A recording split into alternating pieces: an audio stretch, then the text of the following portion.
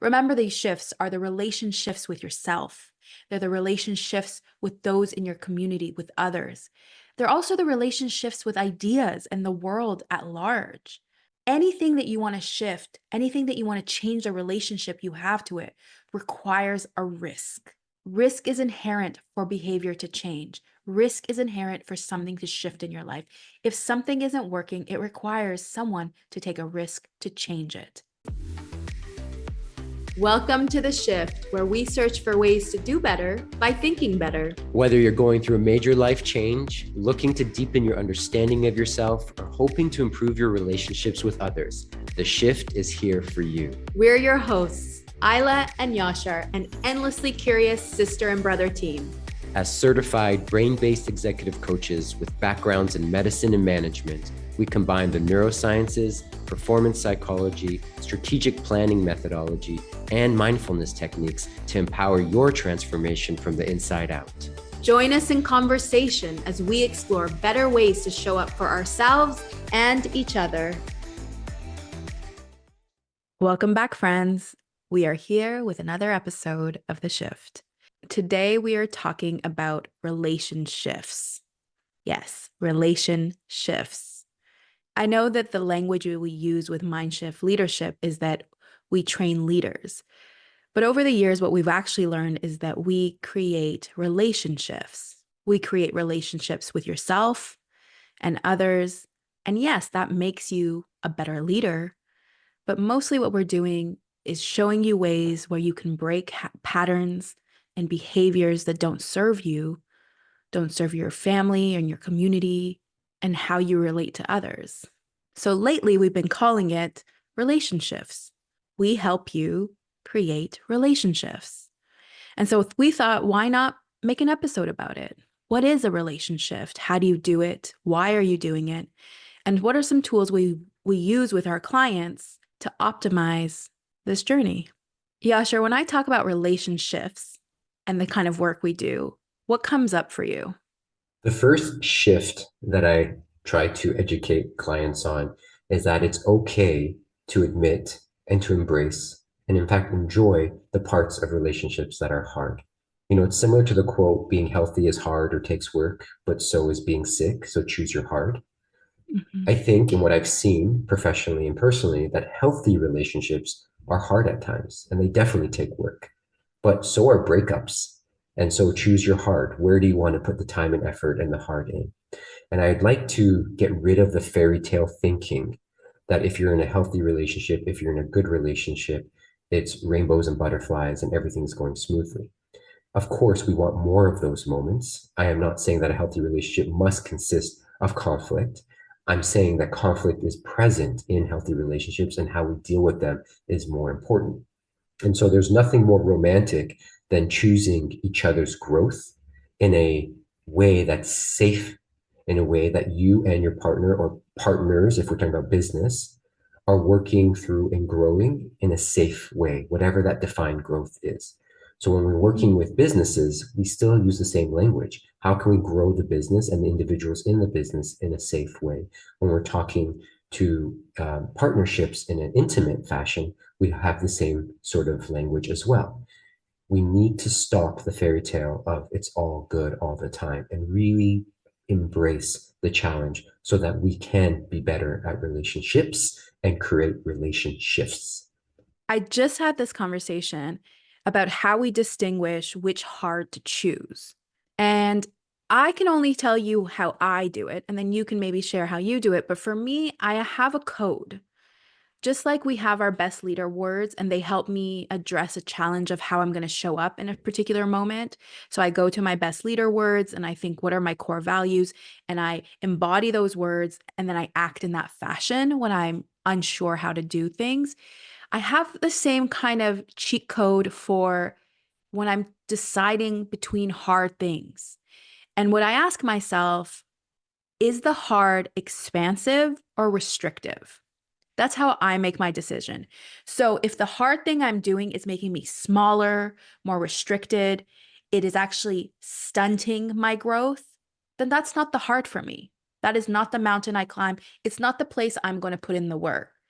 But if the heart is expansive, It's in my values. It's providing me an opportunity to push my growth edge. I know it's a challenge. I know it's hard, but the general feeling is of expansion. Then I choose that hard because I understand that those choices are leaning into the parts of me that I want to invest in. And that's how I distinguish which hard is my right hard. I love that language so much. I haven't thought of it that way, and it's so simple and it makes so much sense. My language has been a lot more simplified as far as one word, and that's purpose. But I Mhm. really do, and I'll expand on that in a second, but I really do enjoy what you said about expansive or constrictive, Mhm. because it's very clear, right? It's like, am I growing in the direction I want, or am I shrinking Mhm. away? Yeah. Um, and and we'll get to this in a second in this conversation. When we have more than yourself to look at, when we have other people to look at, then we have to include them in that expansion, and they individually have to make the choice if they're expanding or not. And that's when the complications can arise, and why we're even having this conversation in the first place. I find the way I look at it is the antidote mentally and emotionally for me to hard is purpose. I need to, as you said, align back to my best leader words, align back to the impact I want to create as a human on this earth, and ask myself, is this bringing me closer to understanding that purpose, growing wisdom towards that purpose?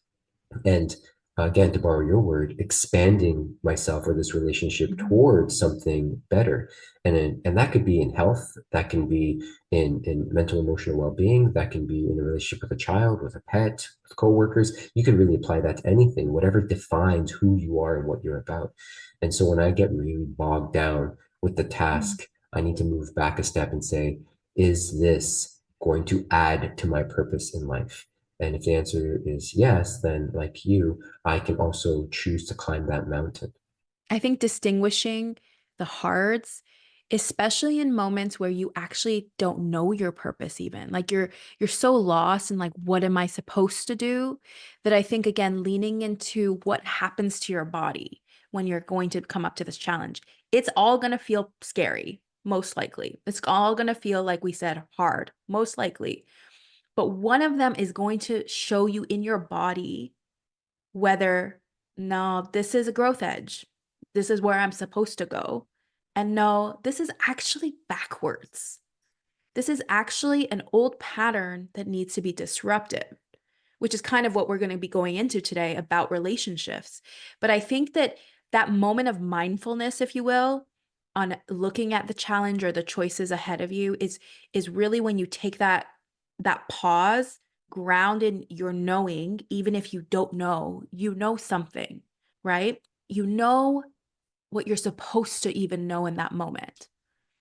So taking a moment, getting deep, putting your roots in the earth, and coming to your decision. And then you can see clearly this is how I'm supposed to walk forward now. For now, the next steps will arrive later, but maybe just in that moment, especially if you are in deep fog or overwhelm, all you need is the next right choice.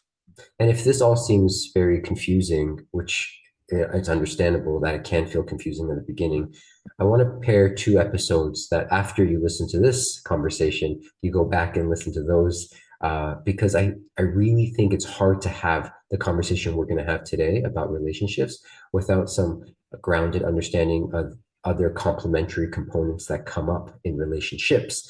And one is conflict. We have this episode on conflict and how conflict arises from unmet needs. And that's in season one, episode 4. And then the other part to relationships is the ability to decode emotions, more specifically, your own emotions. And we have an episode on that in season one as well, episode 26. So those will be linked below. After you listen to this conversation, I highly recommend you click on those to round out the conversation. Absolutely. They're going to add a lot more tools in your toolbox to find ways for you to navigate your own shifts.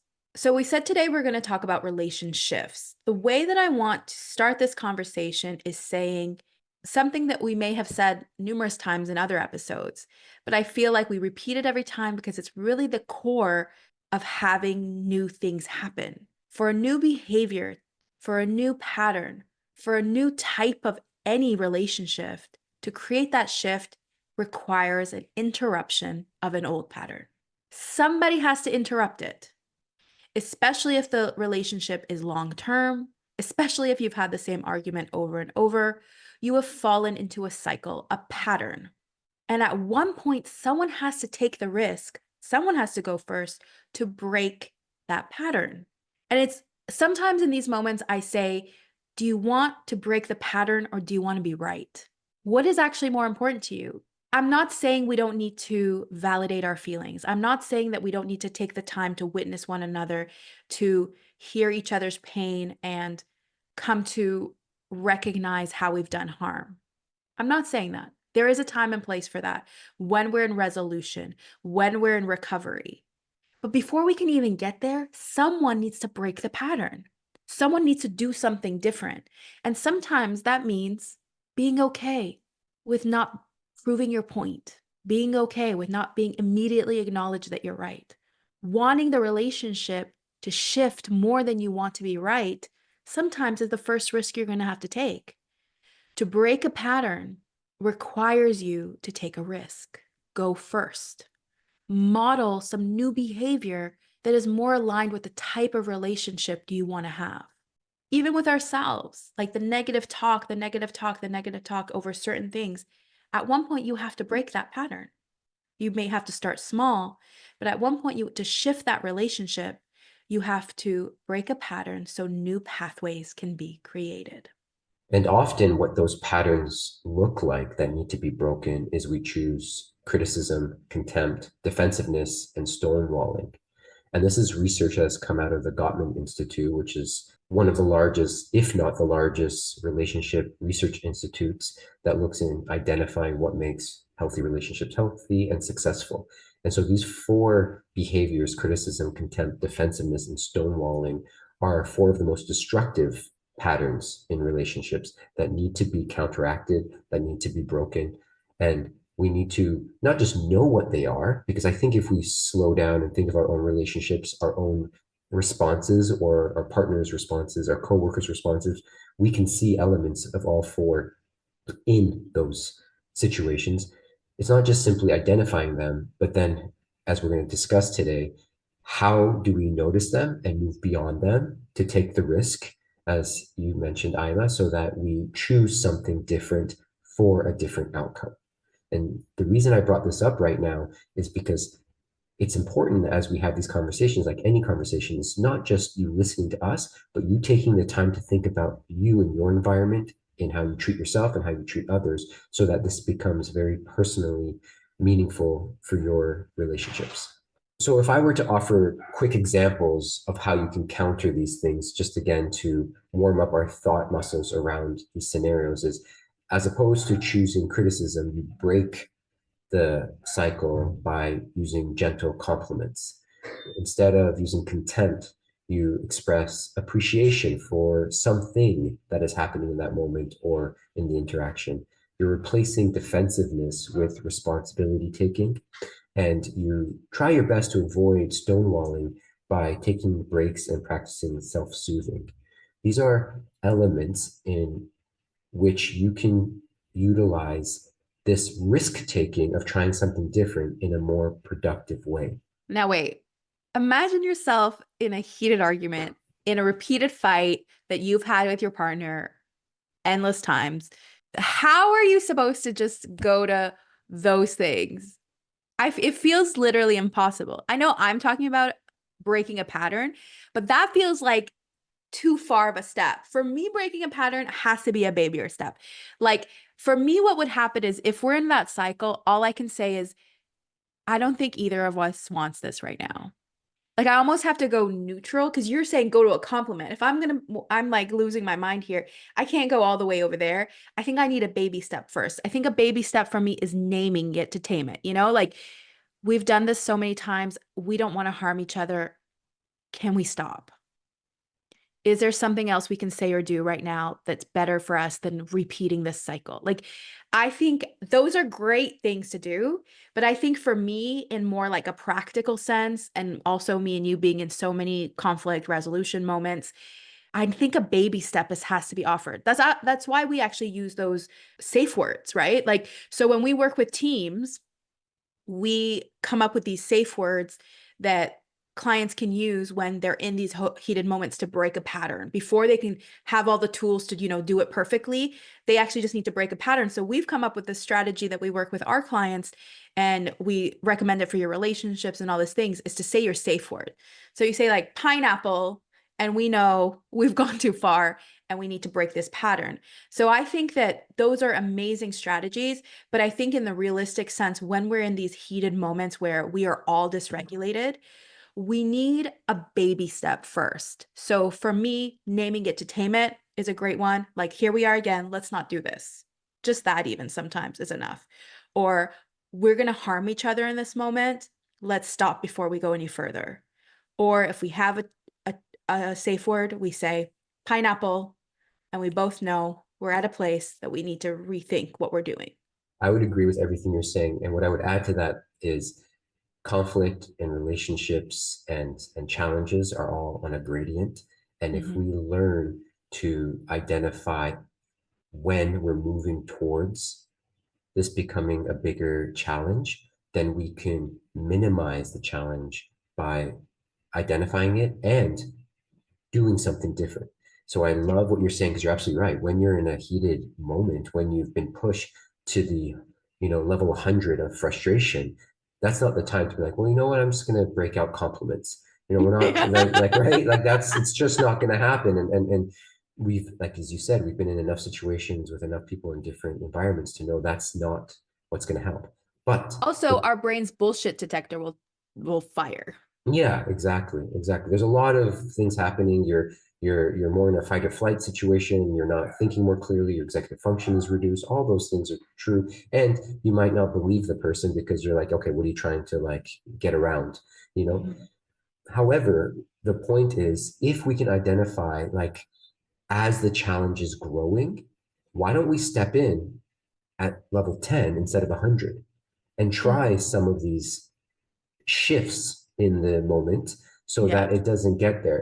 And so both are true. I agree with what you're saying when we're about to explode. And also, can we identify sooner so our foot's off the gas pedal and we're pumping the brakes, so to speak, a little earlier? And if we're going to take the risk, why not add the risk of giving a compliment as we address what's bothering us and noticing that, okay, 80% of this is frustrating me, but I see that 20% that you did try something, and even if your intentions were pure, you still have to hear that you hurt me in this way. Like we Absolutely. can work that out. And the reason I mention this, and I really want to hang out here a little bit, is because another piece of research that's very clear in parental relationships and in intimate relationships with, say, um, your partner, is the idea of turning towards someone when there's a bid for connection. This is really important. Mhm. I'll start with even children. The research that states it's not about how much in this research, how much the mothers held or picked up their children. That didn't correlate to more healthier bonding experiences or healthier attachment styles. What did correlate to healthier attachment styles was when the baby asked to be held in a way a baby does, crying, cooing, or when the child's a little bit older, pulling on the pant leg, or imagine what that may look like. Did the mom turn and connect to that bid? Did the mom connect to the picking up at that moment? Did the mom get to the level and look the child in the eye at that moment? Did the mom allow for, depending on the age of this child, to express what is bothering them if they have the words or the ability to do so? And so it's not about, are you always holding hands with your significant other, or are you always validating the idea that your coworker puts out? It's about when there's a bid for connection, these small gestures or statements that we are seeking attention or support or validation or understanding, is the other responding positively to it? And even if they're minor moments, are we allowing that connection to be built, turning towards each other, creating a foundation of trust and safety, and also leaving room to direct the conversation, direct the idea in a different way?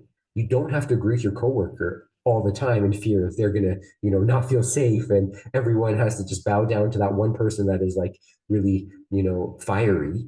It's about allowing them to feel safe, but also creating an environment where speaking out, up, and against ideas is not the time for conflict, it's the time for collaboration. Okay, so you said a lot of things that I would love to comment on. One of the things is like what you originally were talking about, compliments. While you were saying that, I was kind of glitching. I usually do this when something feels out of alignment because I was trying to understand what does a compliment look like in a situation like that. So if you're in a conflict, in a tension moment, in a pattern of behavior that's not really serving either of you, what does a compliment look like? And I actually had to play it out because it's not like in the middle of a conversation that we're like triggered by, I'm like, nice shoes, right? So what it could be is like, I know this is really hard for you. I see how you're trying, Exactly. right? Exactly. I just wanted to give an example there because I think it's really important to ground these moments. We're never asking you to be fake. We're never asking you to do something that's outside of your values. We're actually telling you to lean deeper into what actually matters, what actually matters to you, what actually matters to holding the glue in this union. So in a moment like that, it's just trying to see where the person is trying, catching them doing something right in that moment. So we don't just blind ourselves with all the things we think are going wrong, training our brain to look for positives in that moment, even in that moment of pain and suffering. Just acknowledging, like, this is really hard for me. I don't feel well, but I see that you're trying. I really see that you're trying. And even though you can tell that I'm dysregulated, you can tell I'm very upset, I also see that you're really trying. That's what a compliment looks like in that moment. And I think it's really important for you to hear it practically instead of this arbitrary ideas. Whenever we talk about these theories or these tools, I want you to see it practically what it looks like in real life, in a real conversation. What does that sound like? What does a compliment look like? What does it look like when we offer this olive branch into a new way, a new direction we're going? That's exactly it. And it's important to clarify that, and just to reiterate and re-highlight that it's not about being fake. It's not about even complimenting something that's tangential or obviously not completely off base for what the challenge is about. It's about identifying the effort that someone's placing. And again, I rewind the tape, if you will, to the when I said start at a 10. Don't wait until you're at 100. Be better. Again, go listen to the decoding emotions episode. Be better at understanding when you're elevating, and they might not be elevating at all. It's just you that's elevating internally. And Yeah. so that in itself is like, do you need a time to be like, hey, I need to take a breath, I need to understand, so that you can show up even complimenting yourself and saying, I caught this early, but I do need 5 minutes because I do see you're trying to have this conversation, and I'm the one that's actually elevating. So I'm going to take myself out so that I could be better for both of us. There's so many permutations to how this could look, but Yeah. none of them include just being fake and being pacifist. That's Yeah. not what we're talking about. Exactly. So no one's going to be fake. You're going to, when you look for things that are going right, when you're paying that compliment, when you're acknowledging the effort, believe it. Don't say something you don't believe, right? Lean into the part that is actually meaningful to you. Again, this is actually part of creating new pathways, is that we want to reinforce the ones that matter to us. You actually want the person to keep doing the thing that matters to you. So notice it, acknowledge it, so that it can keep happening. Part of this pattern interruption is to create a new pathway, right? Those new pathways need tending to, need acknowledgments, need rewards. That's how you reward the behavior that is going to help you. So when they're doing the effort, pay attention. Say thank you. Say that meant something to me. Explain why. Reward the new pathway because it's weak and it's new and it's tender, and therefore it needs lots and lots of care. So the other thing you were talking about was the bids for connection. So a bid for connection to me is exactly that. It's someone effort. It's someone taking a risk. It's someone putting themselves out on a limb. And that is a ripe opportunity for a new pathway to fortify a meaningful pathway, to put that tender love and care into the direction of what you want. And so it's really hard when we're overworked and overwhelmed and so much is going on and we might miss it sometimes. That might happen. But I think the little efforts, especially in partnerships that are long-term, the slight touch of the hand, the partial embrace because we're not sure, leaning into those moments where it's that person trying to make a connection in the busyness of life, actually will reinforce the parts that you want to grow and bloom. So we're not always in these stress cycles and in this overwhelm with all the things we have to do. If you're not doing the bid for attention, make sure you catch them when they come. It can't be said enough that these don't have to be major moments. No. And your response doesn't have to be major at all. It's these minor moments. Again, the micro moments build macro changes. And when we allow ourselves to see that, to participate in that, and even say, hey, Isla, I got you. I'm really busy right now. So you gotta give me at least an hour until I can fully give my attention to what you're asking for. That is what we're talking about. That is my ability to connect to Isla. She bids towards me, right? And so don't think of this again as adding more and more and more to your to-do. It's actually doing less more effectively. And as I'm reminded very often through the work that I do and through, I think what I can learn through my intimate relationship with my wife is work smarter, not harder. Like, how can you make this more efficient?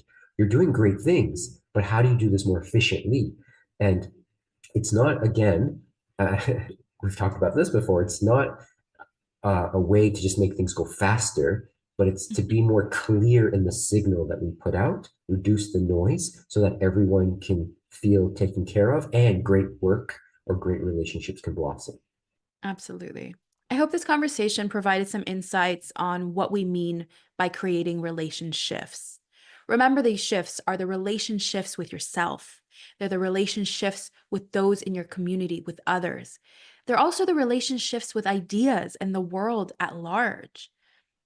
Anything that you want to shift, anything that you want to change the relationship you have to it, requires a risk. Risk is inherent for behavior to change. Risk is inherent for something to shift in your life. If something isn't working, it requires someone to take a risk to change it. Patterns are broken and new pathways are created. To create those new patterns, it has to interrupt the old ones. It will always be uncomfortable. You choose your hard. You choose the hard that's right for you, that's more aligned with the muscles you are trying to build. And always remember that these new pathways are tender. They are weak, they are new, they need care. They need you to acknowledge them and reward them. That includes the new pathways your partner is creating, your children are creating, those you work with are creating. If we actually want to create these relationships, we have to be committed to our growth and the growth of those around us. We have to believe, we have to put hope and trust. These are all things that don't come with a guidebook. What they come with is you deeply rooting in your values, what means something to you, and then planting seeds in that direction. We'd love to hear about your new patterns and pathways that you've created from your relationships. Thank you for listening, friends. What shifted for you during this episode? We'd love to hear your insights. Write us with any questions, commentary, or episode ideas at theshift@mindshiftleadership.com. If you enjoyed this podcast, we would deeply appreciate a like and subscribe. The Shift is brought to you by MindShift Leadership, a heart-centered, evidence-based, mindset-powered leadership company, empowering you with the training to prioritize mental health, inclusion, and performance optimization.